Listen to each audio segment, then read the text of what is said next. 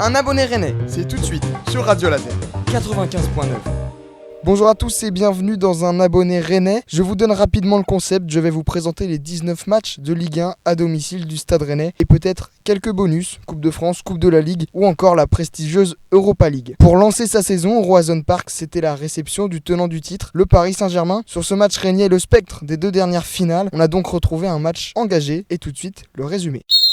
Et c'est les Parisiens qui trouveront en premier la solution et ouvriront le score à la 36e minute grâce à Edinson Cavani. L'Uruguayen profite d'une erreur de Da Silva pour la pousser au fond. Mais à la 43e, les Rennais piqués au vif réagissent grâce à leur buteur Mbaye Niang, idéalement servi par Traoré. Le Sénégalais enchaîne magnifiquement bien et enroule le ballon dans le petit filet d'Areola. Au retour de la mi-temps, les Rennais poussent et sont finalement récompensés à la 48e minute après un caviar de Camavinga. Del Castillo assène un puissant coup de tête et mystifie la défense parisienne. Après ce revirement de situation, Rennes aura plusieurs fois l'occasion de tuer le match, mais ils trouveront le poteau avec Gélin notamment. Mais les Rennais réalisent aussi un match héroïque défensivement et créent la première émotion de l'année pour ses supporters.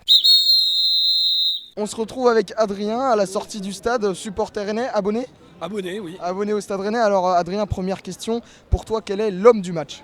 Pour moi c'est Camavinga, il a tout compensé dans le milieu de terrain, dès qu'il y avait un déséquilibre, il était même avant le déséquilibre. Voilà, on en parle beaucoup de cette révélation, est-ce que c'est l'un des joueurs les plus prometteurs que vous avez vu évoluer ces dernières années sous le maillot rennais ?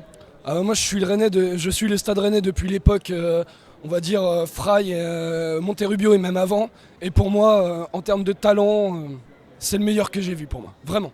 Faut pas oublier qu'il a quand même 16 ans. 16 ans. Est-ce que aussi on a peur, nous, club rennais, de le voir partir très tôt de notre club ? On a vu Dembélé partir rapidement, Nianion partir rapidement. Est-ce que ça peut être une peur qu'on peut avoir ? Bien sûr, ça peut être une peur qu'on peut avoir. Je pense que dès le mercato d'hiver, il y en aura qui vont s'aligner dessus. Mais le contrat a été un peu plus blindé là dernièrement. Donc on a espoir de le voir quand même au moins avoir le temps d'éclore chez nous.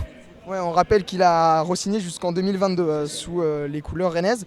Et sinon, qu'est-ce qu'on peut en tirer de ce match ? Un exploit tout de même, 2-1 face au PSG. Est-ce qu'on peut en tirer de bonnes choses pour l'avenir ? Je pense que déjà le nouveau système tactique, une sorte de 3-5-2 avec les trois centraux, permet plus de solidité derrière. On avait des problèmes dans la solidité derrière.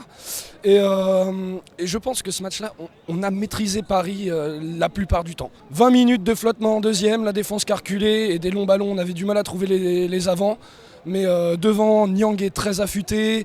Même quelqu'un comme Del Castillo qui avait un peu de mal l'année dernière, on l'a vu très bon aujourd'hui. Donc oui, je pense qu'on est sur la lancée de notre fin de saison dernière, de nos épopées européennes et en coupe. Donc oui, je pense que voilà ce qu'on peut en retirer.